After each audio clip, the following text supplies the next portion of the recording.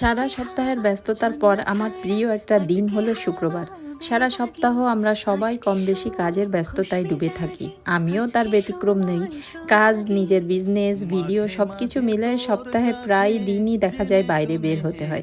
কিন্তু শুক্রবারটা আমি একটু নিজের মতো করে রাখতে চাই, কারণ এই দিনটা আমার কাছে শুধু একটা ছুটির দিন না, এটা আমার রিল্যাক্স করার দিন।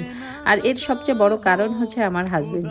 সপ্তাহে একটা দিনই সে বাসায় থাকে, আর সত্যি বলতে সে আমার সব থেকে বড় কমফোর্ট আমি যেখানেই যেতে চাই, যেভাবেই যেটা করতে চাই, সে সাহায্য করে সব সময়। যদিও সে এই মিডিয়ার লোক না, তারপরেও চেষ্টা করে আমাকে খুশি করার জন্য অনেক কিছু করে দেওয়ার। তারপর সারা সপ্তাহের ব্যস্ততার কারণে তার একটু রেস্টেরও দরকার আছে। অনেক সময় আমি বলি থাক আজকে বের হব না, কিন্তু সেই আমাকে বারবার বলে চলো ঘুরে আসি, চলো না যাই, বের হই।